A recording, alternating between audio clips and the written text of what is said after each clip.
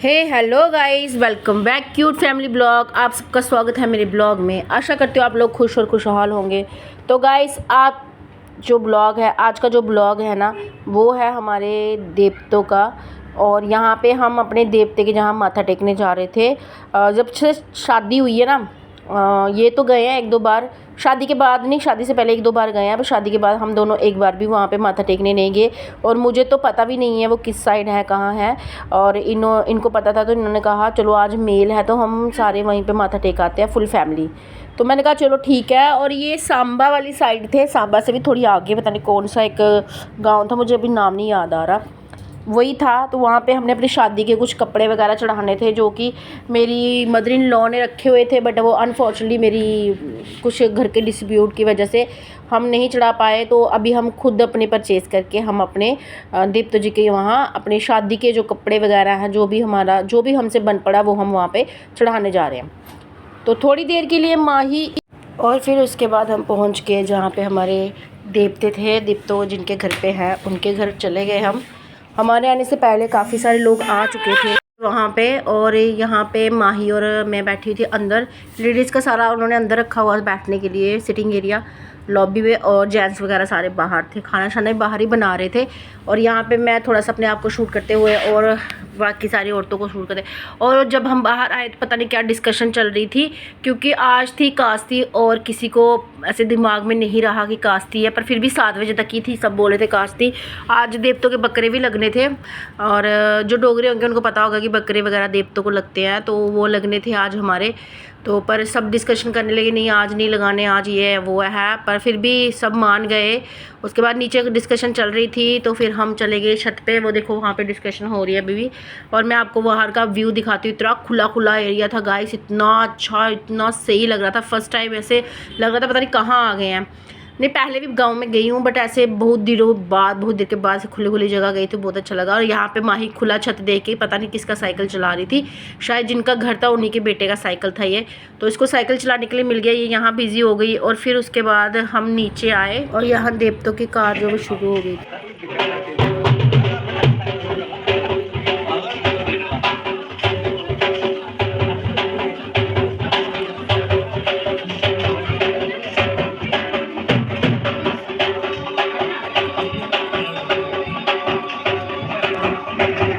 Decide हुआ था कि जो बकरे वगैरह वो आज नहीं लगे, 19 तारीख को लगेंगे।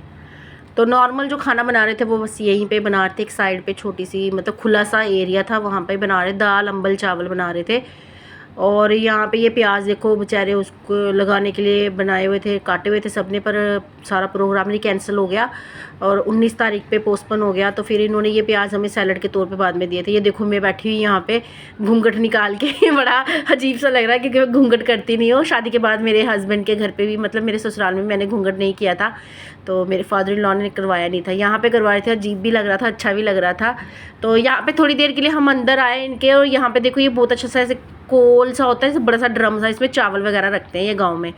फिर उसके बाद हमने खाना शाना खाया। बहुत ज़्यादा भूख लगी थी गाइस, बहुत ज़्यादा। तब तो मन कर रहा था कि कच्चे चावल मिल जाए वो भी खा लेंगे, इतने ज़्यादा लेट हो गए थे। और येलो वाले ये लड्डू मिले थे हमें, मुझे बड़े पसंद है, ये गांव से ही मिलते हैं येलो वाले लड्डू, मुझे इतने टेस्ट लगते हैं चाय के साथ। मैंने 2-3 ऐसे भी ले लिए और 2 माही को दिलवा दिए। मैंने कहा चल बाद में मैं खा लूँगी। और यहाँ पर सब बैठ के नीचे पतलों में खाना खा रहे थे, गाँव का ऐसे ही होता है ट्रेडिशनल।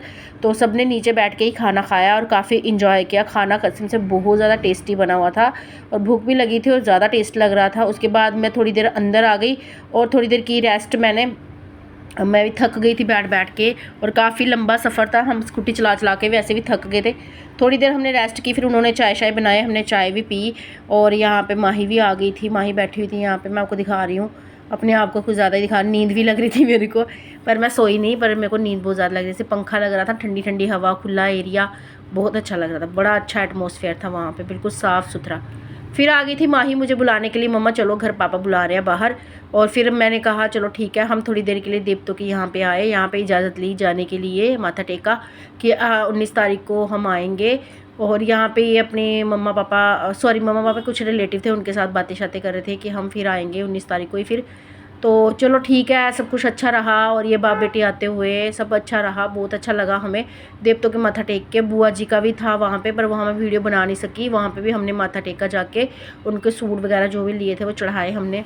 और हमने बेर वगैरह बहुत खाए गाइस। बेर बैर बेर बैर जो बोलते हैं, डोगरी में तो बैर बोलते हैं, पर कई लोग बेर भी बोलते हैं।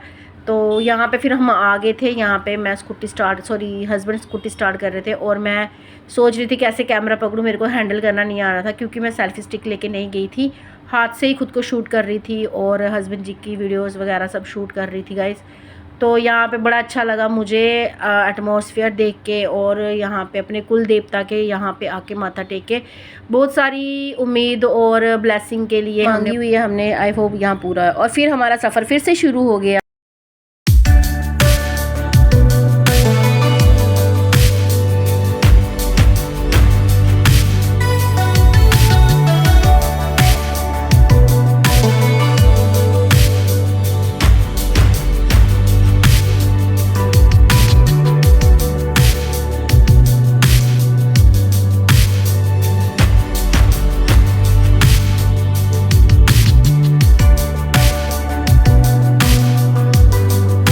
और गाइस ये खुला खुला सब कुछ देख के फिर हम ट्रैफिक में फंस गए आगे जाके नरवाल में।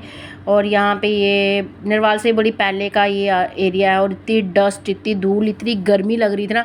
प्लीज़ मेरे हेलमेट को अवॉइड करना, ये थोड़ी पुरानी वाली हेलमेट है। नई वाली हेलमेट हमसे किसी ने मांगी थी तो वो उन्होंने कहीं इमरजेंसी जाना था, वो टाइम पे आए नहीं और हमें भी जल्दी निकलना था घर से, इसलिए हम पुरानी वाली हेलमेट ही लेके आए।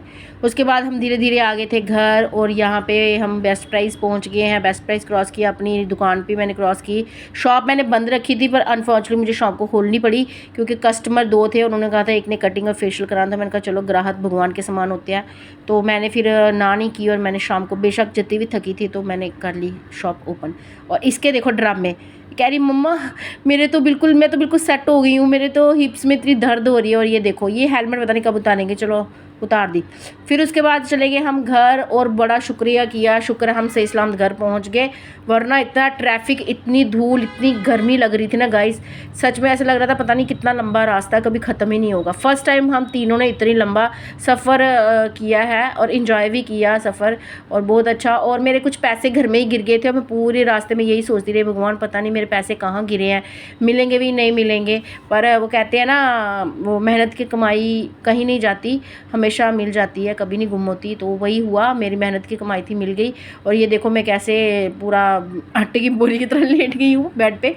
मुझे बड़ा थकावट हो गई, बेटी को भी थकावट हो गई, हस्बैंड भी थक गए थे। उसके बाद हमने चाय शाय पी और मैं चली गई थी शॉप पे और हस्बैंड जी और बेटी ने किया रेस्ट। अगर आप लोगों को मेरा ये ब्लॉग अच्छा लगा गाइस तो प्लीज़ वीडियो को लाइक कमेंट शेयर और सब्सक्राइब ज़रूर किया कीजिए। और हाँ, बेल आइकन का ना दबाएं, नई वीडियो आपको तक पहुंचेगी।